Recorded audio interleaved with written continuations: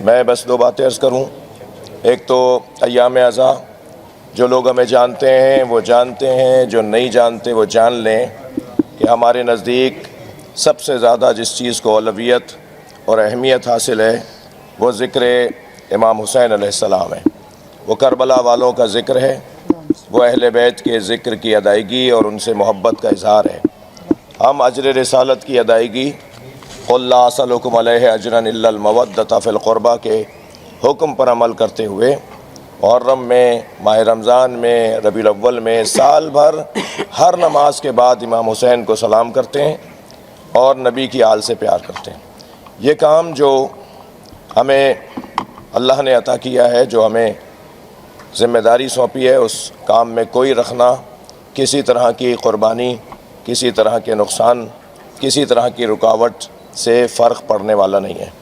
جو کل واقعہ پیش آیا، اس میں اس بچی کے والدین کو میں دونوں ہاتھوں سے سلام، اس کی شفاعت اور اس کی وہ جو عظمت ہے جو جوارے اہل بیت میں پہنچنے سے اسے حاصل ہو رہی ہے، اور اس بچی نے، اس زنیرہ نے، اس میری بیٹی نے ایک بہت بڑا پیغام دیا ہے کہ خطیب ہے، ماتم ہے، عزاداری ہے، مجلس ہے، مگر فرش عزا پر ایک سنی بچی شہید ہو رہی ہے۔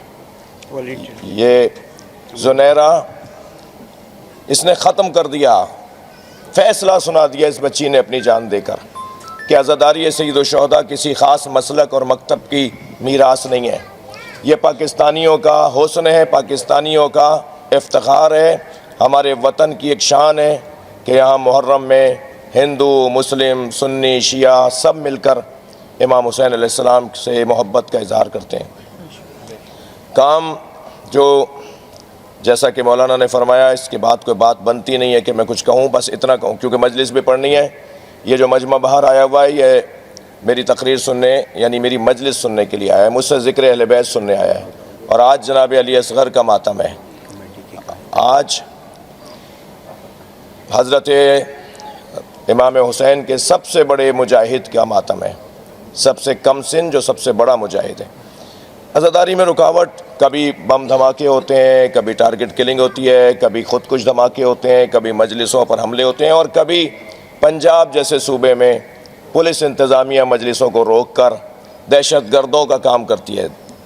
دوسرے لفظوں میں کہیں کہ جو دوسرے صوبوں میں دہشت گرد کرتے ہوں گے، وہاں عزاداروں کو ہراساں کر کے اگر ریاستی ادارے ایسا کر رہے ہوں تو قابل مذمت ہے۔ سندھ میں الحمدللہ ہمارے یہاں کا خطہ کچھ ایسا ہی، یہاں تعزیہ ہندو بھی بناتا ہے، یہاں علم سنی بھی لگاتا ہے، یہاں ہمارا ماحول بہت اچھا ہے۔ اس ماحول کو مد نظر رکھتے ہوئے میں آپ سے عرض کروں گا کہ ایسا کوئی واقعہ دوبارہ رونما نہ ہونے کا انتظار نہیں ہونا چاہیے، باتیں نہیں ہونی چاہیے۔ جہاں کمزوری رہ گئی اس کمزوری کو دور کریں اور ازالہ کریں۔ میں ایک خاص کیفیت میں ہوں، میں جب سے اس بچی کا جنازہ دیکھا ہے میری حالت ناگفتہ بے ہے۔ اس کی ماں سے پوچھیں، اس کے باپ سے پوچھیں، اس کے گھر والوں سے پوچھیں، اتنی پیاری آپ کی بھی تو بیٹیاں ہیں، آپ کے گھروں میں بھی تو 7-8 سال کی بچیاں ہیں، ایسے کوئی بچی چلی جائے، اس پہ کوئی گاڑی چڑھ جائے، یہ کیسے ہو گیا، کیوں ہو گیا؟ میں بس آپ سے اتنا کہوں گا کہ جو اس میں ذمہ دار ہیں اس کے ساتھ تنبیہانہ رویہ ہونا چاہیے۔ دوسری بات، انتظار نہیں کریں، انتظام کریں۔ جہاں جہاں بھی کمزوریاں ہیں، اجتماعات ہو رہے ہیں، جہاں جہاں بھی کمزوریاں ہیں ان کمزوریوں کو برطرف کریں۔ جیسا کہ بتایا گیا اور جیسا کہ نظر بھی آ رہا ہے، آج بہت ساری جگہوں پر کمزوریاں برطرف ہوتی نظر آئی ہیں، میں اس پر بھی ان کو آفرین اور مرحبا بولوں گا۔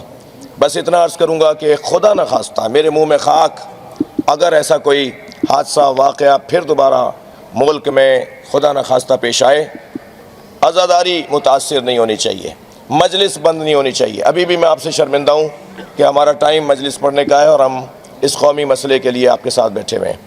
ماتم متاثر نہیں ہونا چاہیے، ہمارا غم ہی نہیں ہے، ہمارا غم حسین کے غم میں ضم ہے، ہمارا کوئی خوشی کا دن نہیں ہے، ہماری ہر خوشی اہل بیت کی خوشی میں ضم ہے۔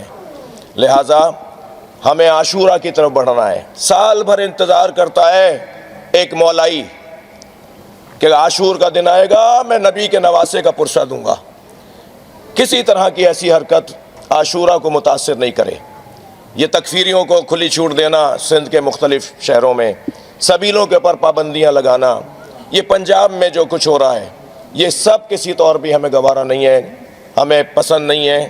ہم توقع کرتے ہیں، دعا کرتے ہیں، اور جہاں بہتری آ رہی ہے ان کے لیے آفرین و مرحبا بولتے ہیں، جہاں کمزوریاں ہیں وہاں مذمت کرتے ہیں، اور انتظار کر رہے ہیں ان کا کہ وہ شہریوں کے حقوق، یہ شہری حقوق کا مسئلہ ہے، یہ شہری حقوق کا مسئلہ ہے۔ جتنا لوگ اس وقت بقیت اللہ میں بیٹھے ہیں باہر، میں کتنی دور سے دیکھتا آ رہا ہوں، پارکنگ کتنی دور تک ہے، ہزاروں کی تعداد میں یہاں لوگ آئے ہوئے ہیں۔ سیاسی جماعتیں اس سے 25% مجمع جمع کرنے کے لیے کروڑوں روپے خرچ کرتی ہے۔ یہ لوگ روڈ پہ بیٹھے ہیں، فٹ پاتھوں پہ بیٹھے ہیں، حیثیتوں والے لوگ، کروڑ پتی ارب پتی لوگ زمین پر بیٹھے ہوئے ہیں۔ کس لیے؟ یہ سیاسی جلسہ نہیں ہے، یہ عبادت کرنے آئے ہیں۔ تم انہیں رونے بھی نہیں دے رہے ہو، تم انہیں ماتم بھی نہیں کرنے دے رہے ہو، تم ان کے کاموں میں رکاوٹ ڈال رہے ہو۔ یہ جو بھی لوگ ہیں جنہوں نے ایسے آ کر عزاداروں کو متاثر کیا ہے، جیسا کہ مولانا نے فرمایا، شفاف انداز سے معاملات کو آگے بڑھایا جائے، اور نہ صرف یہ بلکہ انتظامیہ میں بھی جن لوگوں کی کمزوری کوتاہی رہی، ہمیں آئی جی صاحب، ڈی آئی جی صاحب، سی ایم صاحب ذرا یہ منظر بھی دکھائیں گے انشاءاللہ سندھ کے اندر کہ اس افسر کو بھی کوئی سزا ملنی چاہیے جسے گزشتہ 3 دنوں سے 4 دنوں سے کہہ رہے تھے کہ بھائی یہ ایسا ہو سکتا ہے، یہ ہو جائے گا، یہاں رکاوٹ کھڑی کرو۔ ایک اگر گاڑی کھڑی ہوتی اور یہ گاڑی اس میں جا کے لگتی، کروڑوں گاڑیاں قربان اس بچی کے ایک انگلی کے اوپر جو جان دے کے چلی گئی۔ یہ جو ابھی اتنے لوگ زخمی ہیں، لاکھوں گاڑیاں قربان ان لوگوں کے زخموں کے اوپر، یہ جان تھی، یہ جان چلی گئی۔ لیکن انتظامات میں جو کمزوری رہی، میں بس اتنا کہوں گا کہ ہمیں یہ منظر بھی دکھائیں، ہماری بہن بیٹھی ہیں، فوکل پرسن نمائندہ بیٹھی ہیں سندھ حکومت کی، کہ ایسے افسران کو بھی تنبیہ ہونی چاہیے جنہیں کہا بھی جا رہا تھا اور وہ متوجہ نہیں تھے۔ میں آپ سب سے کہوں گا کہ آپ حوصلہ، ہمت، تدبر، حکمت، دانائی، معاملہ فہمی، دشمنوں کی سازش، اپنے درمیان فساد اور فتنہ پھیلانے والوں پر نگاہ اور خدمت کرنے والوں کی حوصلہ افزائی، یہ ہماری ذمہ داری بنتی ہے۔ بقیت اللہ کی کمیٹی نے، ورکنگ کمیٹی نے، یہاں کے انتظامی مکمل ڈھانچے نے دن رات ایک کی ہوئی ہے۔ میں انہیں آفرین، مرحبا، شاباش کہتا ہوں، اور ان کی توفیقات میں اضافے کے لیے دعا گو ہوں۔ جتنے بھی احباب میری آواز، ہماری آواز سن رہے ہیں، آپ سب سے گزارش ہے ایک سورہ فاتحہ، 3 مرتبہ سورہ اخلاص، اس مولا حسین کی پری کے نام، اس کے والدین کے حوصلے کے لیے، ہمت کے لیے، اور اس کے درجات کی بلندی کے لیے تلاوت کریں گے۔